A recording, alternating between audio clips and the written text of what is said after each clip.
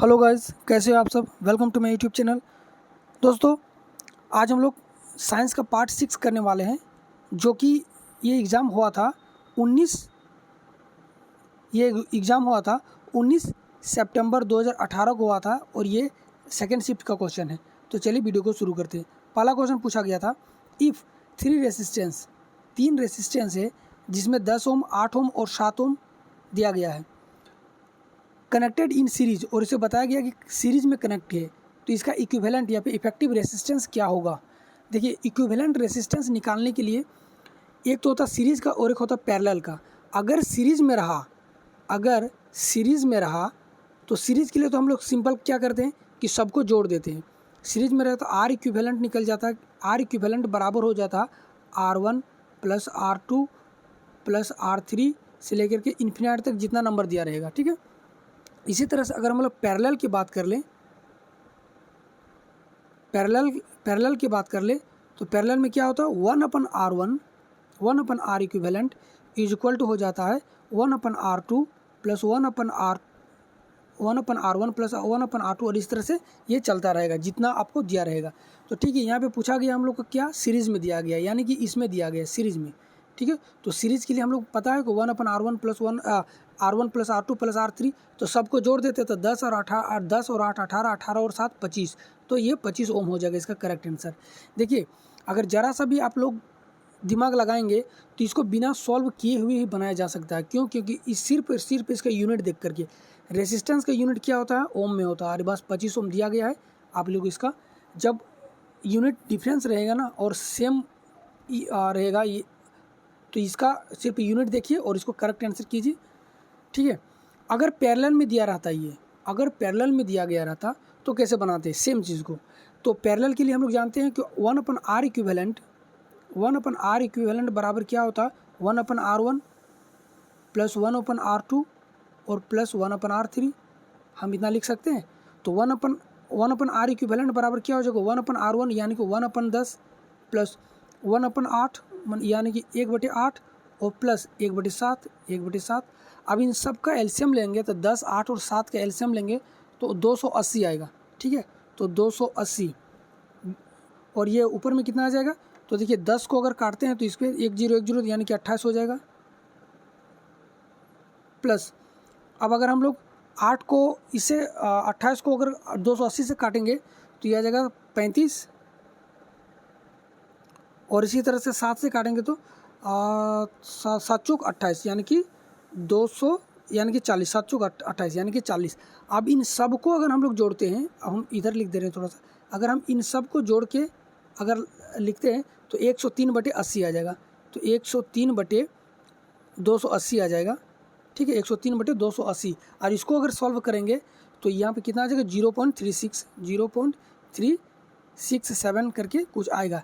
एक चीज़ आप लोग नोटिस कीजिएगा, ध्यान दीजिएगा कि जब भी पैरेलल का जो वैल्यू होता है ना, हमेशा सीरीज से कम होगा। देखिए, सीरीज में कितना निकला, 25 ओम निकल गया था सेम चीज़ का, और पैरेलल में कितना निकल रहा है, 0.367। तो पैरेलल का जो रेसिस्टेंस होता है ना, इसीलिए घरों में जो हम लोग का जो वायरिंग किया जाता है ना, वो पैरेलल कनेक्शन होता है, ना कि सीरीज कनेक्शन होता है। क्योंकि सीरीज में रेसिस्टेंस ज़्यादा होता है, वोल्टेज बहुत ज़्यादा फिर कम होने लगेगा, रेसिस्टेंस बहुत ज़्यादा हाई हो जाएगा।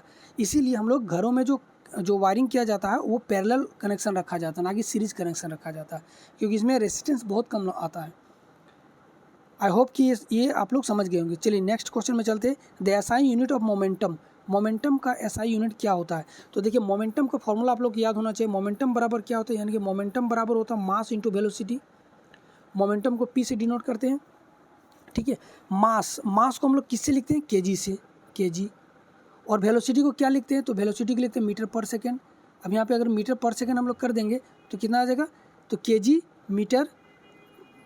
मीटर पर सेकेंड, और यही वाला इसका आंसर हो जाएगा, केजी मीटर पर सेकेंड, ठीक है। मोमेंटम का होता है, ये आप लोग याद रख लीजिएगा, मोमेंटम का होता है पी। मोमेंटम बराबर तो मास इंटू वेलोसिटी होता है।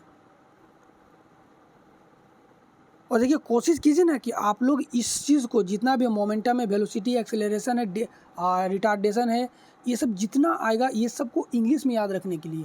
इसलिए क्योंकि ना कई बार ऐसा होता है ना कि हिंदी में भी इंग्लिश सिर्फ मोमेंटम ही लिख देगा आपको, ये हुआ है, बहुत बार एग्जाम में हुआ है, ग्रुप डी के एग्जाम में हुआ, एनटीपीसी के एग्जाम में, बहुत सारे एग्जाम में होता है कि लिख देगा। अब तब आप लोग अगर हिंदी में याद रहेगा तब आप लोग को समझ में नहीं आएगा कि इसमें, लेकिन अगर आप लोग इंग्लिश में करते हैं तो इंग्लिश में फिक्स रहता है, इंग्लिश वहाँ पे दिया रहेगा। तो इसीलिए आप लोग मोमेंटम जो है, यानी कि ये जो चीज़ है आप लोग सिर्फ इंग्लिश में ही याद रखिए तो बेटर रहेगा। In human being the fertilised egg gets implant in the lining of, देखिए इसको जो सीरीज 5 यानी कि जो पार्ट 5 में हम लोग किए थे, इसमें हम लोग इसको बताए थे। देखिए क्या होता है, जब फर्टिलाइज होता है वो कहाँ होता है, फेलोपियन ट्यूब में। जब स्पर्म और ओवरी आके मिलता है, ये कहाँ मिलता है, तो ये होता है फेलोपियन ट्यूब में, फेलोपियन ट्यूब में मिलता है। ठीक है, ये फेलोपियन ट्यूब में मिल आके सिर्फ ये फर्टिलाइज होता है, और फर्टिलाइज होने के बाद ये, जैसे कि हम पिछले क्लास में एक बताए थे आप लोग को,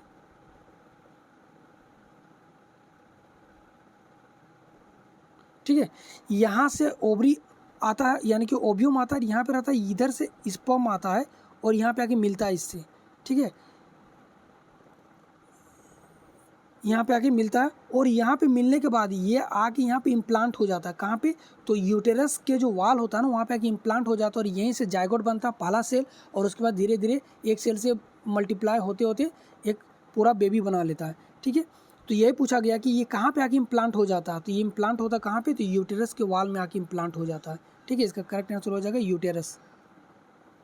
अगला क्वेश्चन है, व्हेन, इसको थोड़ा जूम करते हैं, आप लोग को दिखेगा, when elements are arranged in the order of increasing atomic mass, the properties of the first element is similar to those of the eighth element, like with musical note. This law is known as, देखिए पूछा गया है कि जब element को arrange किया जाता है किस ऑर्डर में, उसके एटॉमिक वेट या फिर एटॉमिक मास के बढ़ते क्रम में। ठीक है, जिसमें पहला जो एलिमेंट होता है उसके 8वें एलिमेंट के बराबर होता है, दूसरा उसके 9वें एलिमेंट के बराबर होता है, तीसरा उसके 10वें एलिमेंट के बराबर होता है। यानी कि 8-8 का जो सीरीज़ बनाया गया, तो ये किसने बनाया था, तो ये न्यूलैंड जी ने बनाया था, जो पीरियडिक टेबल कर रहा था। तो और हम लोग पिछले क्लास में लोग बताए थे कि कैल्शियम तक आके इसका रुक जाता है, जिसमें 56 एलिमेंट टोटल होता है इसमें। ठीक है, तो properties of first element is similar to the eighth element, और इस लॉ को क्या कहा जाता है, तो न्यूलैंड्स ऑक्टेट रूल कहा जाता है। ठीक है, तो इसका न्यूलैंड का ऑक्टेट लॉ कहा जाएगा। प्रजनन की प्रक्रिया के दौरान उत्पन्न होने वाली भिन्नताएं, देखिए प्रजनन के प्रक्रिया के दौरान उत्पन्न होने वाली भिन्नताएं डैश होती है। देखिए यहाँ पे जो प्रजनन लिखा है ना, यहाँ पे एक्चुअली में सेक्सुअल रिप्रोडक्शन, यानी कि सेक्सुअल प्रजनन हो रहा है, यहाँ पे सेक्सुअल हो रहा है। ठीक है, ए सेक्सुअल की बात नहीं किया जा रहा है यहाँ पे। तो उसमें जो भिन्नताएं, और सिर्फ सेक्सुअल में ही भिन्नताएं आती है। ए सेक्सुअल में क्या होता है, बिल्कुल कॉपी पेस्ट है, जैसा पेरेंट होता है, अगर ये टूटता है तो उसी तरह से दो सिमिलर सिबलिंग्स में बन जाता है। तो ये कॉपी पेस्ट हो जाते हैं। लेकिन ए सेक्सुअल में भिन्नताएं आती है, और ये किस लिए होते हैं, अनुवांशिकता के कारण होते हैं, यानी कि वंशानुगत के कारण होता है। ठीक है, नेक्स्ट क्वेश्चन है, the SI unit of acceleration is, अब देखो एक्सेलरेशन का जो एसआई एक्सेलरेशन होता है क्या है, तो change in velocity with respect to time, यानी कि v2, इसको आप लोग v2 माइनस v1 भी कर सकते हैं, कि last final velocity minus initial velocity respect किसके, टाइम के रिस्पेक्ट में। तो चेंज इन वेलोसिटी, और वेलोसिटी को हम लोग किस में लिखते हैं, मीटर पर सेकंड में लिखते हैं, मीटर पर सेकंड में लिखते हैं, और मीटर पर सेकंड में लिखते हैं, और यहाँ पे ऑलरेडी एक सेकंड है, यानी कि टाइम है, तो मीटर पर सेकंड स्क्वायर हो जाएगा इसका, तो मीटर पर सेकंड स्क्वायर एक्सेलरेशन का। देखिए वेलोसिटी का क्या होता है, वेलोसिटी का जो होता है ना, ये मीटर पर सेकंड होता है, और एक्सेलरेशन का क्या होता है, मीटर पर सेकंड स्क्वायर होता है। ठीक है, इसको आप लोग याद रख लीजिए। अगला क्वेश्चन है, which of the below is not an industrial application of ultrasonic waves। देखिए अल्ट्रासोनिक वेव का इंडस्ट्रियल एप्लीकेशन निम्न में से कौन सा नहीं, यानी कि इंडस्ट्री में इसका कौन सा यूज़ नहीं किया जाता है। देखिए अल्ट्रासोनिक क्लीनिंग इंडस्ट्री में होता है। ठीक है, ड्रिलिंग होल और मेकिंग कट्स ऑफ शेप, किसी भी चीज़ को कट करने के लिए, शेप देने के लिए, या फिर होल करने के लिए भी अल्ट्रासोनिक का वेव का यूज़ किया जाता है। ठीक है। अल्ट्रासोनिक डिफ्लेक्शन और detection of defects of material. देखिए अल्ट्रासोनिक, जैसे कि कोई अगर लोहा का बहुत बड़ा एक हम लोग मटेरियल बनाएं, ठीक है, अब ये बहुत चौड़ा भी है, बहुत बड़ा भी है, अब इसके अंदर में कहीं अगर क्रैक आ गया होगा तो अल्ट्रासोनिक वेव इसमें पास करवाया जाता है। अगर क्रैक होगा तो वहाँ पे उसका जो स्कैनिंग होगा उसमें दिख जाएगा, उसमें पता चल जाता है। जैसे कि हम लोग को एक्सरे किया जाता है तो अल्ट्रासोनिक वेव ही पास किया जाता है, ठीक है। ये एक्सरे, माफ़ कीजिएगा, एक्सरे नहीं, जो अल्ट्रासोनिक सोनोग्राफी जो होता है उस पर अल्ट्रासोनिक वेव को, जो पेट का सोनोग्राफी होता है या किसी और चीज़ का, तो उसमें जो वेव्स दिया जाता है जिससे पेट का अंदर के जो ऑर्गेन्स होता है उसको पता चल जाता है, ठीक है। तो इसी तरह से जो अगर इसके अंदर भी डिफ्लेक्शन रहेगा तो उसको भी पता कर जाए, तो डिफ्लेक्शन को खोजने के या डिफेक्ट को डिटेक्ट करने के लिए भी इसका यूज होता है। लेकिन ultrasonic removal of pesticides from the plant body ये नहीं होता है। इसका करेक्ट आंसर हो जाएगा ये सेकंड वाला। अगला क्वेश्चन है, which of the following acid gives less high H+ ion. देखिए H+ आयन को कम लेस मतलब लेस H+ आयन इनमें से कौन सा देगा, ठीक है। जब डिजोल्व करेंगे वाटर में, जब इसको वाटर में घोलते हैं, जब भी कोई किसी एसिड को वाटर में डालते हैं हम लोग, वाटर में जब हम लोग इसको घोलते हैं तो, या फिर जिसको हम लोग बोलते हैं डाइल्यूट करना, वाटर में जब डालते हैं तो इसमें लेस H+ आयन किस में देगा। और हम लोग इसको पाँचवें वाला पार्ट में, यानी कि इससे पिछले वाले जो पार्ट है उसमें किए थे कि जब अगर जिसका जितना pH वैल्यू कम रहेगा उस पर H+ आयन ज़्यादा रहेगा, ठीक है। यहाँ पे 7 होता है नॉर्मल, यहाँ पे 6 होता है, इधर 5 होता है, इस तरह से चलते चलते यहाँ पे कहीं पे 1 होगा, ठीक है। तो 1 में जो है यहाँ पे जो भी यहाँ पे सबस्टांस होगा उस पर क्या होगा, जो भी यहाँ पे एसिड होगा इस पे जो है वो होगा ना, जब इसको मतलब पानी में डाइल्यूट करेंगे तो इसमें H+ आयन ज़्यादा देगा। अगर हम लोग 2 वाला को लेते हैं जिसका pH वैल्यू 2 होता है उस पे H+ आयन 1 की तुलना में कम देगा। इसी तरह से 6 वाला में H+ आयन बहुत ही ज़्यादा कम देगा, ठीक है। तो ये पूछा गया, तो अब हम लोग को मालूम होना चाहिए कि इन सब का pH वैल्यू कितना होगा। तो देखिए सल्फ्यूरिक एसिड का जो pH वैल्यू होता है ये होता है लगभग 2.75 के बराबर होता है। एसिटिक एसिड की बात कर ले तो ये होता है 4.75, लगभग 5 के बराबर होता है इसका।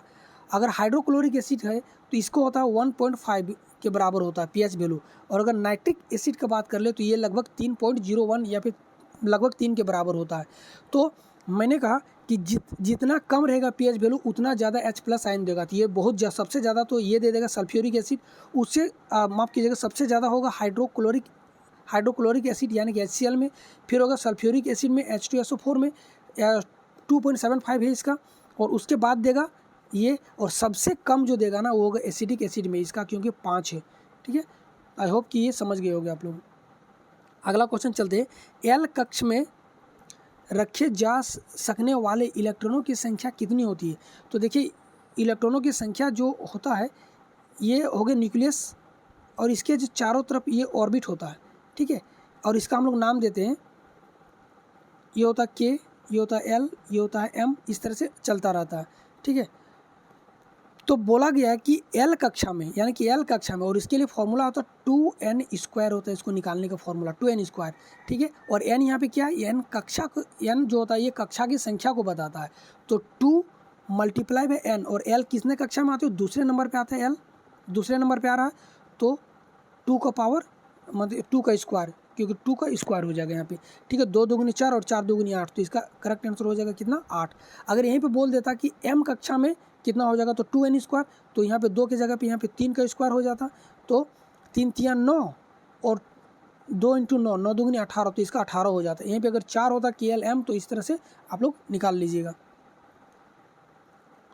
Long hair like part in the cell of root are called. देखिए ये पौधा है, ठीक है, पौधे में रूट्स होते हैं, यहाँ ये इस तरह से रूट्स होता है, ठीक है। अब इन रूट्स पे भी बहुत सारे से हेयर लाइक स्ट्रक्चर होता है, इस तरह से। तो ये पूछा गया है कि पौधों के जो रूट होता है जड़ों में, पौधों के जो जड़ों में जो हेयर लाइक स्ट्रक्चर होता है ना, इसको क्या कहा जाता है? तो इसको बोला जाता है रूट हेयर, इसको बोला जाता है रूट हेयर। एक्चुअली में इसका फंक्शन क्या है? ये जो बड़े बड़े जो ये जो मोटे जैसा होता है ना, ये सिर्फ पौधों को सपोर्ट देता है, स्ट्रेंथ देता है, लेकिन ये जो रूट हेयर होता है ना, यही खनिज और पानी को खींचता है इससे, आप मिट्टी से, इसका काम यही होता है रूट हेयर का। तो इसका करेक्ट आंसर क्या हो जाएगा? Root hair. आयरन के वायु की उपस्थिति में जलने पर किसका निर्माण होता है? ये भी क्वेश्चन देखिए, पिछले क्लास का जो क्वेश्चन पूछा गया था एकदम उसी को उठा के डाला हुआ है यहाँ पे। क्या होता है? यानी कि जंग लगना, और जंग या फिर रस्ट, और इसी को हम लोग क्या लिखते हैं? अगर लोहे में रस्ट यानी कि जंग लग गया तो उसको हम लोग लिखते हैं Fe2O3, इसी को बोलते हैं रस्ट, ठीक है, या फिर जंग। तो इसका करेक्ट आंसर क्या हो जाएगा? Fe2O3। अगला क्वेश्चन है, a force of 350 Newton acts on a body of mass 500 kg यानी कि 500 kg, so the acceleration of the body is. तो एक्सेलरेशन ऑफ द बॉडी पूछा गया है। अब देखिए, हम लोग को पता होता है यहाँ पे दे क्या रखा है, इतना न्यूटन एक्ट्स कर रहा है, यानी कि फोर्स बराबर कितना दे रखा है? 350 न्यूटन। ये आप लोग इसलिए लिख दे रहे हैं ताकि आप लोग को ईजी हो जाएगा। मास कितना दे रखा? मास दे रखा 500 kg, ठीक है। और यहाँ पे एक्सेलरेशन आपसे पूछा गया है, एक्सेलरेशन आपसे पूछा गया है। तो एक्सेलरेशन हम लोग कैसे निकालेंगे? आप देखिए, इसीलिए बोलते हैं कि पहले आप लोग गिवन लिख के पहले स्टार्टिंग कीजिए। गिवन लिखिए सबका जो दिया गया है, और फिर स्टार्ट। हमको दिया रखा है एफ दिया है, एम दिया और ए दिया है, तो हम लोग को पता होता है एक फॉर्मूला F=ma होता है। F=ma, force equal to mass into acceleration, ठीक है। तो अब हमको बोला गया कि एक्सेलरेशन निकालना, तो मास को इधर ले आते हैं, तो एक्सेलरेशन बराबर क्या हो जाएगा? फोर्स बटे m। अब फोर्स कितना दे रखा है? फोर्स दे रखा है 350, तो 350 और डिवाइडेड बाय 500। अब अगर इसको आप लोग काट दीजिएगा तो आपको कितना निकलेगा? 0.7 मीटर पर सेकेंड। आप लोग इसको डायरेक्टली ऐसे भी कर सकते थे। एक्सेलरेशन पूछा है, एक्सेलरेशन के यूनिट देखिए, तो यहाँ पे क्या है? एक्सेलरेशन के यूनिट सिर्फ एक ही दे रखा है, यूनिट में मीटर पर सेकेंड स्क्वायर, कहीं पे भी और आपको मीटर पर सेकेंड स्क्वायर नहीं दे रखा है, ठीक है। तो इसका करेक्ट आंसर हो जाएगा मीटर पर सेकेंड स्क्वायर। अगला क्वेश्चन है, जब सिल्वर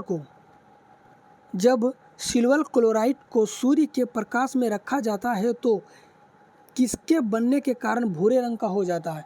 देखिए, सिल्वर क्लोराइड AgCl को जब हम लोग सनलाइट में रखते हैं, ठीक है, जब हम लोग सनलाइट में रखते हैं तो ये टूटता है। किस में टूट जाता है? तो सिल्वर में टूट जाता है और क्लोरीन गैस में टूट जाता है, ठीक है। इसको ठीक से लिख दे रहे हैं थोड़ा। जब सिल्वर, अरे यार बड़ा क्यों लिखा रहा है? जब सिल्वर क्लोराइड को, जब AgCl को जब हम लोग सनलाइट पे तोड़ते हैं, किसमें? सनलाइट पे तोड़ते हैं, तो ये किस में बनता है? Ag यानी कि सिल्वर में टूटता है और प्लस क्लोरीन में टूट जाता है, ठीक है। सिल्वर और क्लोरीन गैस निकल जाता है, ठीक है। तो ये किस में टूटता है? सिल्वर और क्लोरीन में। तो ये जो भूरे रंग का होता है ना, ये किसके कारण होता है? तो ये सिल्वर के, इसी का जो सिल्वर धातु है, सिल्वर धातु बनने के कारण ये इसका कलर भूरा हो जाता है। तो इसका करेक्ट आंसर हो जाएगा सिल्वर धातु।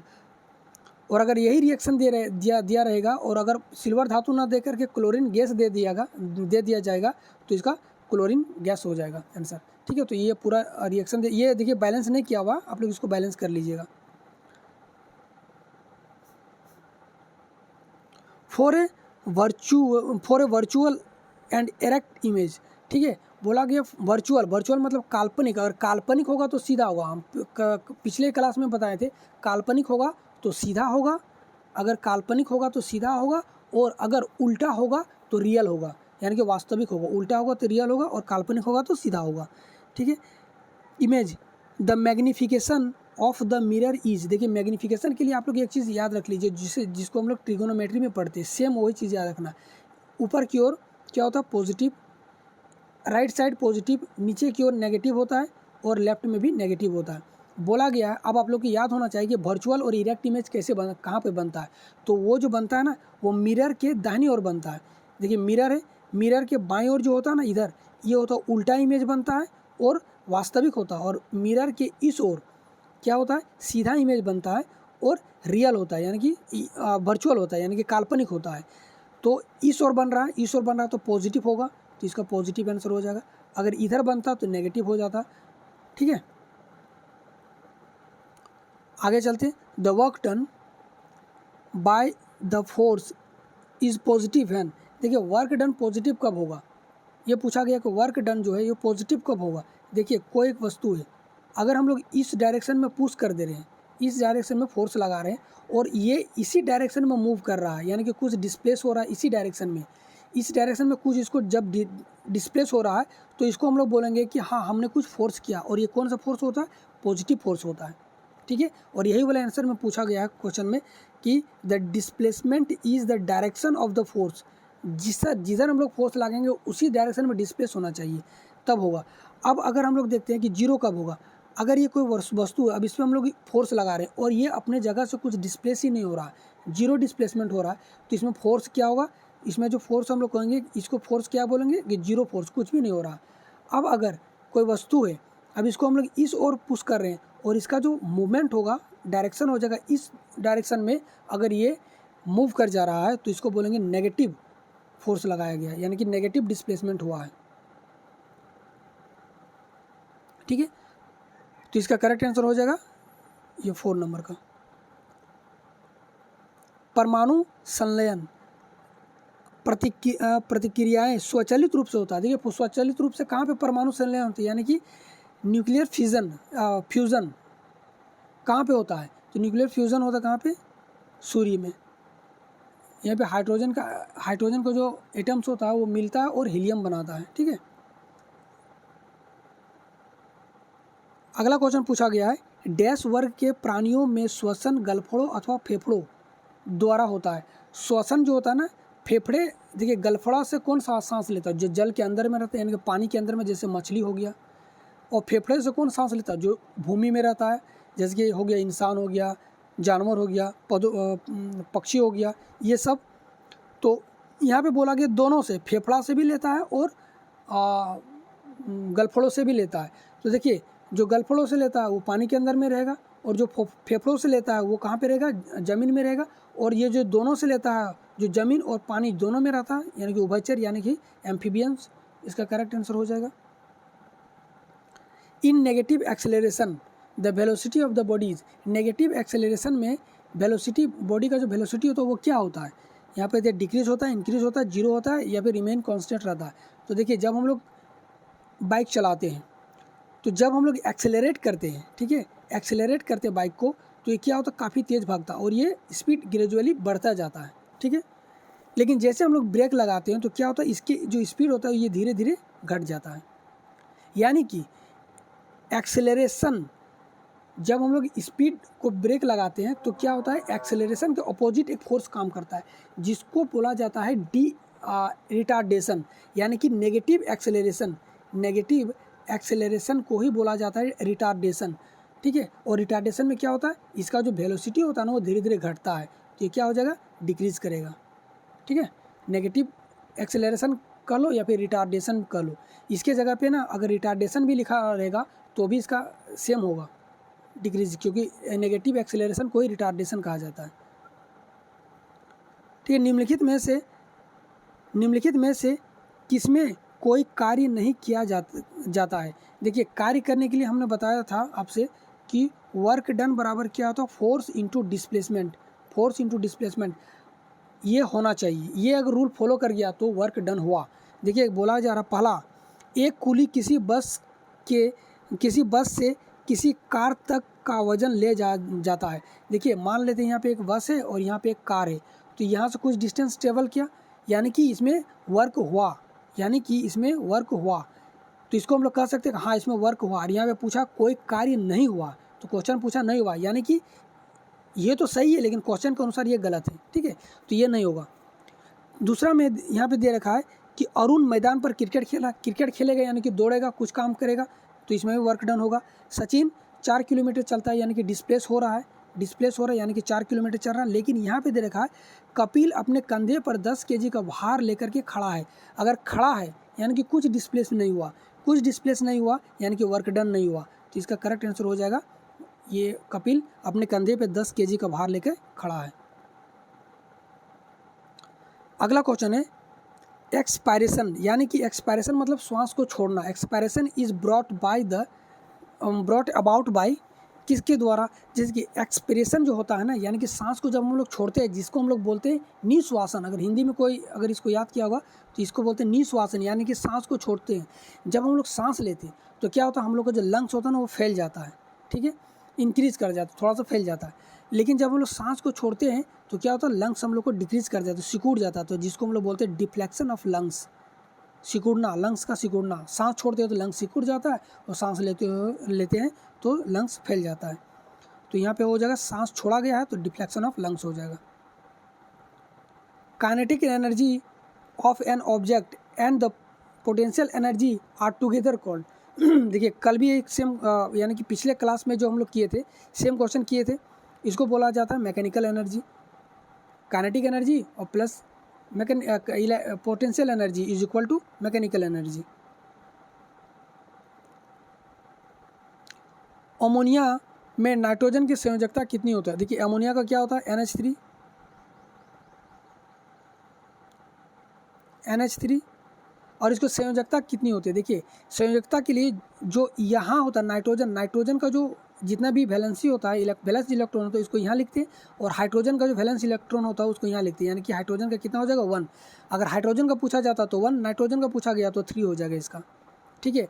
अब जो वैलेंस इलेक्ट्रॉन है निकालते कैसे हैं, बात ये आता है, तो NH3 है यहाँ पे। अब कहा गया कि नाइट्रोजन का वैलेंस इलेक्ट्रॉन 3 है, तो नाइट्रोजन का कितना होता है, और नाइट्रोजन का कितना होता है, तो ये हो जाता है 7 होता है नाइट्रोजन का, ठीक है, 7 होता है इसका एटॉमिक नंबर। अब 7 जो होता है नाइट्रोजन का, तो इसको हम लोग जब तोड़ते हैं तो 2 और 5, ये 7 हो गया। लेकिन आप कहेंगे कि इसका तो लास्ट में आउटर मोस्ट में 5 इलेक्ट्रॉन है, नहीं, ऐसा नहीं होता है। कि देखिए इसको एक आप लोग तरीका जान लीजिए, अगर 4 से बड़ा हो गया ना तो 8, उसमें से आप लोग 8 को माइनस कर दीजिए। जैसे इसमें 8 को माइनस करेंगे इसमें से तो कितना बचेगा 3। अगर 5 को 8 से माइनस कर देंगे तो 3 बचेगा, तो इसका बैलेंस हो जाएगा 3। अगर आप लोग इस तरह से याद रखने में दिक्कत है तो आप लोग ये जान लीजिए 4 तक तो सही है, 4 तक तो कोई दिक्कत नहीं है। आउटर मोस्ट इलेक्ट्रॉन अगर ये है तो इसको हम लोग बोलते हैं आउटर मोस्ट। अगर इसके जो सेल जितने भी है ऑर्बिट के जो आउटर मोस्ट इलेक्ट्रॉन में जितने भी इलेक्ट्रॉन होता है उसको बोलते हैं आउटर मोस्ट इलेक्ट्रॉन, ठीक है, उसको बोलते हैं वैलेंस इलेक्ट्रॉन। लेकिन जो वैलेंसी इलेक्ट्रॉन जो होता है वो क्या होता है, बैलेंस वो होता है जिससे कि दूसरे के साथ ये बैलेंस बनाता है, यानी कि बॉन्ड बनाता है, उसको बोला जाता है वैलेंसी इलेक्ट्रॉन, ठीक है। अब वो होता कैसे, तो देखिए अगर 4 तक तो ठीक है, 4 से अगर ज़्यादा हो गया, अगर एक रहा तो आप लोग जैसे रस्सी खींच में आप लोग देखे होंगे, जिधर ज़्यादा आदमी रहता है उधर खींच लिया जाता है कम आदमियों को। तो इसी तरह से अगर एक है तो कोई दूसरा जिसके आउटर मोस्ट इलेक्ट्रॉन में 4 हो, 5 हो, 6 हो, तो ये इसको खींच लेगा, ठीक है। अगर 2 भी रहेगा उसको भी खींच लेगा, 3 भी रहेगा उसको भी। 4 रहा, आउटर मोस्ट मैक्सिमम 8 इलेक्ट्रॉन हो सकते हैं, 4 रहा यानी कि इक्विवेलेंट रहा, 4 तक तो ठीक है। लेकिन जैसे 5 आया तो अब इसके पास टेंडेंसी आ गया किसी और से खींचने का, ठीक है। तो इसको फुलफिल होने के लिए आउटर मोस्ट को पूरा करने के लिए कितने इलेक्ट्रॉन की जरूरत है, 3 इलेक्ट्रॉन, तो यही इसका वैलेंसी इलेक्ट्रॉन हो जाएगा, ठीक है। अगर यहाँ पे 6 होता तो और इसको कितना इलेक्ट्रॉन की जरूरत होता है, 2, तो ये इसका वैलेंसी 2 हो जाएगा। अगर 7 होगा आउटर मोस्ट में इलेक्ट्रॉन किसी का, तो ये कितना चाहिए, इसको 1 चाहिए, तो इसको 1 चाहिए। और अगर यहाँ पे हम बोल दें कि किसी के बाहरी कक्षा में 1 है इलेक्ट्रॉन है, तो ये तो चला जाएगा, यानी कि इसका वैलेंसी इलेक्ट्रॉन कितना हो जाएगा, 1 हो जाएगा, ठीक है। जिससे कि शेयरिंग बनाता है उसी को वैलेंसी इलेक्ट्रॉन कहा जाएगा, ठीक है। तो इसका देखिए इस तरह से इसका 3 हो जाएगा नाइट्रोजन का 7 होता है, और आउटर मोस्ट में इसका कितना हो जाएगा, 5 हो जाएगा। 5 यानी कि इसके पास टेंडेंसी होता है खींचने का, कि इसको कितना खींचेगा और 3 को खींच लेगा। या फिर आप लोग इसको डायरेक्टली 8 से माइनस कर दीजिए, उससे भी आ जाएगा, ठीक है। इसका करेक्ट आंसर हो जाएगा 3। अगला क्वेश्चन है oxides react with acid as well as base. देखिए एक चीज़ हम लोग पढ़े हैं बायोलॉजी में कि जो जल में भी रहता है और जो थल में भी रहता है उसको क्या बोला जाता है, उसको बोला जाता है एम्फीबियंस, जो दोनों में रहता है। इसी तरह से जो एलिमेंट जो ऑक्सीडाइज रिएक्ट करता है एसिड के साथ भी एज वेल एज बेस के साथ भी, एसिड और बेस के साथ दोनों के साथ रिएक्ट करता है, उसको बोला जाता है एम्फोटेरिक नेचर का होता है वो। जिस तरह एम्फीबियंस होता है इस तरह से एम्फोटेरिक नेचर का होता है, ठीक है। इसका करेक्ट आंसर हो जाएगा एम्फोटेरिक। गाइस तो ये आज का लास्ट क्वेश्चन था। आप लोग इसको जब काउंट कीजिएगा तो आप लोग को सिर्फ 23 क्वेश्चन ही मिलेगा। 2 क्वेश्चन जो है ना रेलवे वाले की तरफ से गलत दिया गया था, इसलिए उस 2 क्वेश्चन को हम हटा दिए हैं, क्योंकि उसका कुछ मतलब नहीं बनता, दोनों ही क्वेश्चन गलत था। और इसको रेलवे वाले ने जो एग्ज़ाम भी दिया था उसको भी ये काउंट नहीं किया गया था 2 क्वेश्चन। तो ये 23 क्वेश्चन आज का था। तो गाइस वीडियो कैसा लगा आप लोग ज़रूर बताइएगा। अच्छा लगा तो प्लीज़ वीडियो को लाइक कीजिएगा, शेयर कीजिएगा और चैनल को सब्सक्राइब कर लीजिएगा। वीडियो देखने के लिए थैंक यू। तब तक के लिए जय हिंद, जय भारत।